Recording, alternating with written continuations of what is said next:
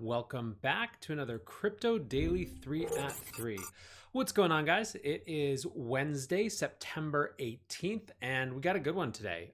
First, we're going to talk about Fed rate cuts and repo action to get the market stimulated, what it means for Bitcoin, what people are talking about. Number two, we're going to talk about BinanceUS's launch with a big surprise. And number three, we're going to talk about a Bitcoin ETF proposal withdrawal. But let's start on the big topic for today, the rate cuts. So last month, the Fed cut rates for the first time in Bitcoin's 10-year life. And now they're prepared to engage in a second rate cut, right? So they're going to lower the recommended rate from 2 to 2.5%, which is where it is now, to 1.75 to 2% target. And so this has kind of been anticipated, right? There's been a lot of pressure, as we've discussed before, on the Fed to lower rates, to be more aggressive with its monetary policy.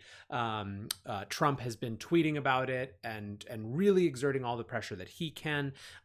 Basically, he's worried about the strength of the dollar compared to the rest of the world and what it means. And so the rate cut has been anticipated. And in fact, in a lot of ways, we function in an economy now where it's not just about the rate cuts, but it's about the projections and the Fed signaling what it's likely to do in the future, not just right now, that drives markets. So that's going on. But that was not the only Fed action this week that we need to talk about. So Pomp captures the essence of it right here. He says, wow, the Federal Reserve has injected over $100 billion into the financial system in the last 48 hours. That's more than 50% of the total market cap of Bitcoin. Rather than fix the structural issues, they just keep trying to print their way out of this mess. Bitcoin rocket fuel.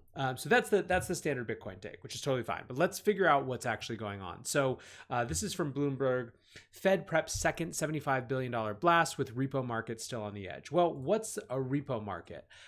This op-ed from the Financial Times, I think, did a really good job of explaining it. So the op-ed is titled, "Why is the Federal Reserve Pouring Money into the Financial System?" And it starts, "One of the most important sources of financial market lubrication came under severe strain this week, raising concerns that the Federal Reserve's attempt to unwind post-financial crisis intervention may have gone too far. Repurchase agreements," that's what you hear when you hear someone say repo, "are the grease that keeps the financial system wheels spinning, allowing different market participants to borrow and lend to each other to cover short-term cash needs. On Tuesday, the wheels stopped turning. The so-called repo rate, which is a different interest rate from the kind of the interest rate that you hear people talking about when they're talking about the Fed target interest rate, soared to a high of 10% when it typically trades in line with the Federal Reserve's target interest rate of between 2% and 2.25%. The New York branch of the Fed had to step in to restore order." So there's a lot to get into in terms of, or potentially that you could get into in terms of how this works. And basically the Fed injects money by buying back or borrowing effectively the treasury bills from private lenders or private market actors at an interest rate. And so in that way, it gets cash into the market and can move those bills back when it needs to. And so the interesting thing about this is that this is a significant amount of money, right? This is a meaningful percentage of the $800 billion that were spent during the 2008 crisis in terms of kind of financial lubrication. And this is a non-crisis moment, theoretically. So obviously this has a lot of people saying, what the hell's going on? Now, for some, that comparison to 2008 is exactly what makes this so interesting. So this is analysis from Alhambra Investments.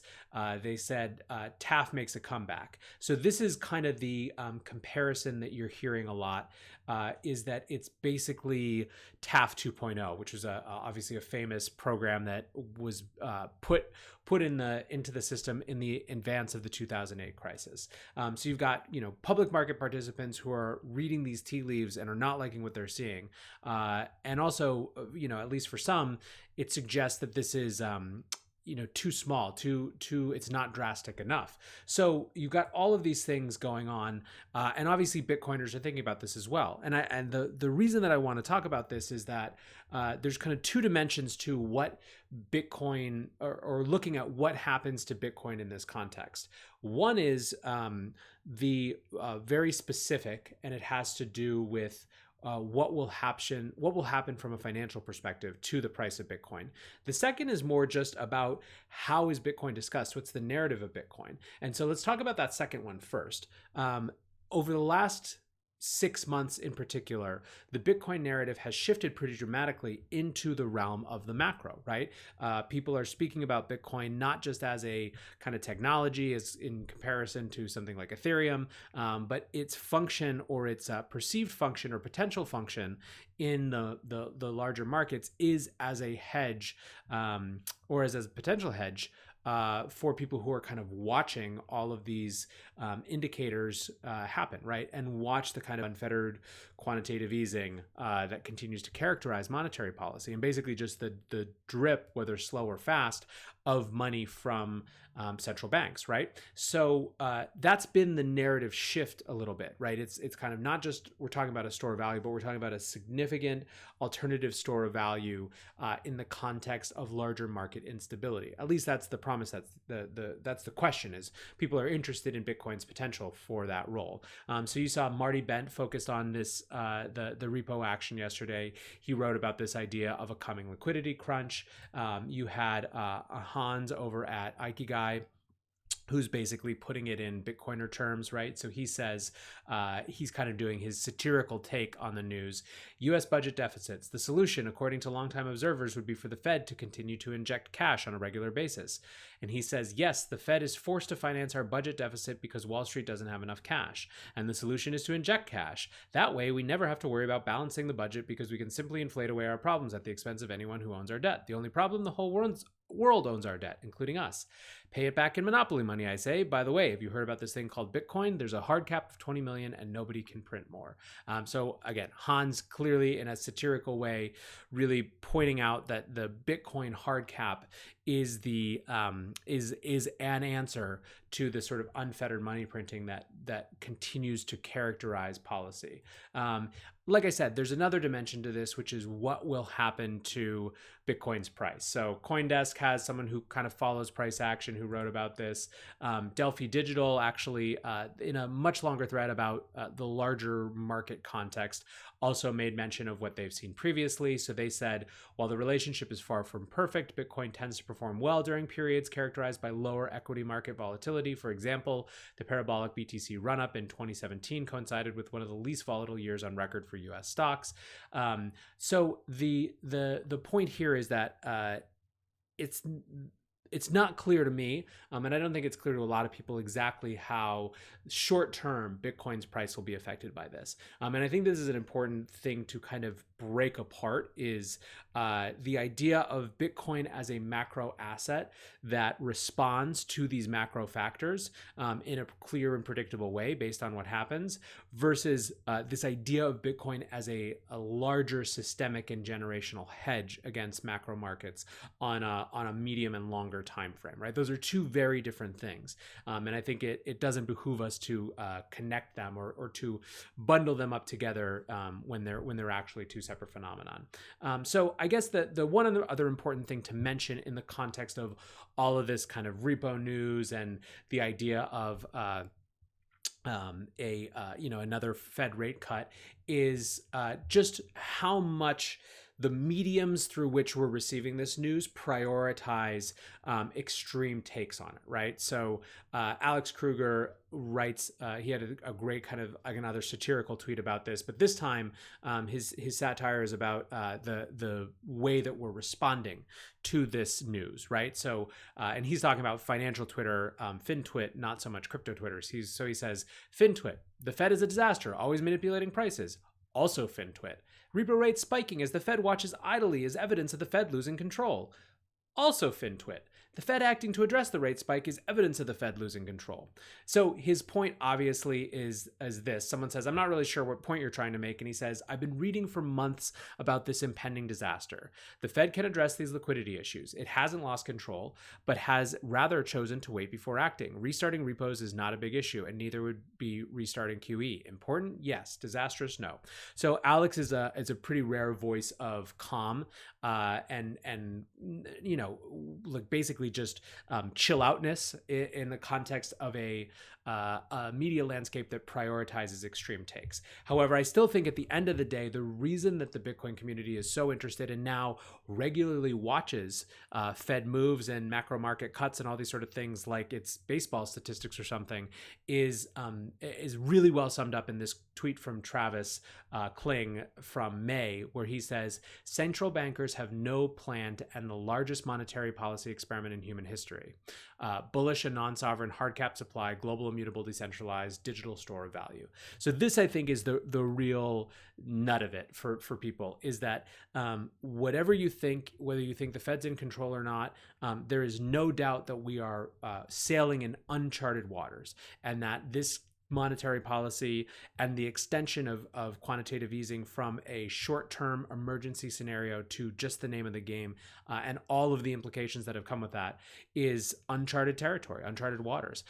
We don't know how it's going to play out. However, from a narrative perspective and potentially from a real perspective, the fact that this asset offers so much that is basically opposite of the way that money functions in the context of today's central banks is worth noting. And that's why Bitcoiners are paying attention to this. That's why crypto markets care what happens in the larger markets, but don't necessarily expect that to show up in price right away. That's kind of just not how these markets function yet. With that, let's move on to number 2 for the day. So last week we talked about BinanceUS, Binance America, coming to the US. The larger context for those of you who are out of the loop on it is that a few months ago, Binance announced that it would be geo-blocking US users of Binance.com. This came after an announcement that they would be geo-blocking users of the Binance DEX.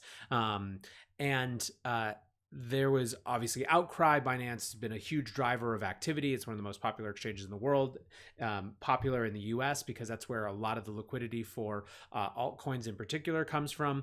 And so they came back quickly and said, but BinanceUS is launching. BinanceUS being a fully regulated compliant offering.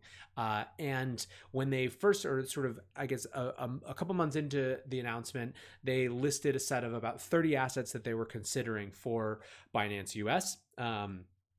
But they didn't commit to any of those. And then last week, when they announced that it would be going live this week, they also shared which particular assets were going to be listed. And it was basically exactly what you would have expected. It was Bitcoin, Bitcoin Cash, Ethereum, Litecoin, Tether, and Ripple. And so a lot of folks, I had a lot of different conversations on Twitter and based on the 3-on-3 about this.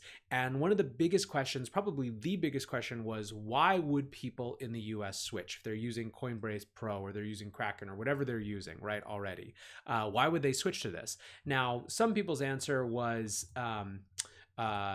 just that there would be likely to be lower rates, right? And sure enough, Binance announced that or lower fees, excuse me. And sure enough, Binance, when they went live or they opened registrations today, there's no fees, I think, through November. And even after that, I think that the fees are lower than anyone else, or comparatively low to anyone else, right? So they're competing on the fees standpoint.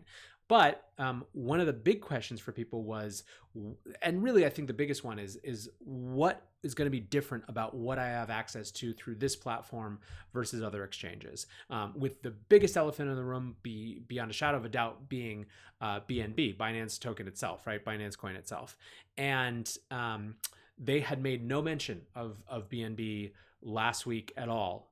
But today, when they announced this, so this is a tweet from Catherine Coley, who's running BinanceUS, boom, they're in the picture. It's all 6 of those assets that we talked about before, plus BNB, just sitting there brightly shining as the reason for people to come in and experiment with BinanceUS. CZ reinforced this. He said 10 minutes ago, Binance America went live with BNB support. Interestingly, so here's the zero trading fees. I'm going through tweets for those of you who are listening. Apologies. So yeah, zero trading fees on BinanceUS, standing by our values of reducing the barriers to digital asset adoption. We are lifting all fees for trading at launch, zero fees until November 1st. This was only available in most of the US. There's still 13 states that are excluded based on regulation. So there's a lot going on here. I mean, for me, the interesting question is, what went into the consideration of BNB being listed on this, right? Theoretically, this is Binance's regulated offering that plays by the US rules. And there aren't a lot of folks, I don't think, in kind of the crypto legal core who would be making an argument or who make an argument that BNB is not a security, right? It seems to fit a lot of the qualifications of a security. And certainly based on the reactions, the responses, just the actions, I guess, to date, the sentiment to date from the SEC, it doesn't seem to me to be they're not in a generous, forgiving mood, let's say, right? It's still kind of one of the more up in the air, but certainly not super favorable regulatory regimes as it relates to a willingness to look around securities law. So one of two things is going on. Either one, in their conversations with regulators, Binance has become convinced that there's a strong, compelling argument that they're both willing to make, and they think that regulators will respond to, that BNB is not a security. That would be a big thing. The second is that they are willing to play, the second possibility is that they're willing to play some amount of regulatory arbitrage and make a go for it.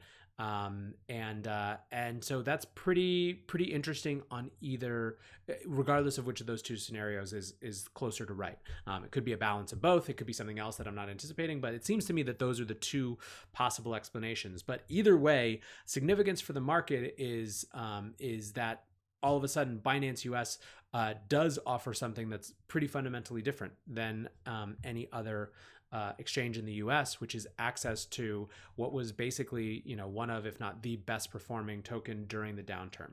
So BinanceUS, it is live, and BNB is there with it. With that, let's move on to our final topic for today, which is a Bitcoin ETF withdrawal. So Bitcoin ETFs have been a huge topic of conversation for the last 12 months, 18 months. For those who are really excited about and looking toward an ETF, it represents the next level of institutional adoption, of institutional acceptance. It could allow people to, different types of companies, different types of institutions to get exposure to Bitcoin. It would suggest a maturity in the market, having the SEC approve an ETF has signals in terms of their beliefs about the maturity of Bitcoin as an asset. So there's all these sort of things. Now, there are some people who don't think that ETFs are a good idea for other reasons. That's kind of beyond the scope of what I'm looking at today. But the point here in the story here is that yesterday, VanEck and SolidX withdrew their Bitcoin ETF proposal. This is widely seen as one of the most likely successful ETF proposals. VanEck was the company behind the first gold ETF, so they have a long-term record in the space. They have long-term relationships with these set of regulators, and so the fact that they withdrew this means that basically it's unlikely that their indications were that they were not going to get it through, and they wanted to withdraw this rather than have that stamp of no. Now, these guys are moving forward. So Gabor from VanEck, he tweeted after, he said, "We are committed to support Bitcoin and Bitcoin-focused financial innovation. Bringing to market a physical, liquid, and insured ETF remains a top priority. We continue to work closely with regulators and market participants to get one step closer every day." Speaking of one step closer, VanEck did create they started offering shares of a trust, which is almost like an ETF light, some people have said, a couple weeks ago. So they're clearly not giving up on this, they're not moving, but it does mean that right now the signals around an ETF are looking worse than they did, a few months ago potentially, or maybe they're the same. There's some people who were highly skeptical that an ETF was going to get passed anytime soon, but it's certainly an indication of where the U.S. regulatory mind is right now. Jake summed this up. Jake Chervinsky, he said, VanEck withdrew its Bitcoin ETF proposal today, presumably expecting that the SEC would reject it next month. Bitwise's proposal is still pending for now and due for a final decision on October 13th. My best guess, there will be no Bitcoin ETF in 2019. This is kind of Mike Dudas got a quote from Bitwise as well. So these guys are the one remaining ETF proposal. And they said, getting approval for new and novel ETFs has been a multi-year process, so we're not surprised by the withdrawal. We continue to work on our filing and through our research to answer all of the substantial questions that the SEC has raised. So these guys are basically saying, look, this is a long process. It's not going to happen overnight. This is setbacks, not failures. Keep moving forward. For me, in terms of what it means for us and those of you guys who are listening or watching the 3 at 3, I think that the most important thing is just it's one little piece of evidence, one indicator of where U.S. regulators are right now, and they are not ready for a Bitcoin ETF. So make of that what you will. But with that, let's get back to the macro markets. What's going to happen next? How are the markets going to respond to these rate cuts? What is the narrative going to be around the repo action? Those are the questions that are kind of engaging me right now. And so let's go watch. Thanks guys for listening, for hanging out, for watching, and I will be back tomorrow. Peace.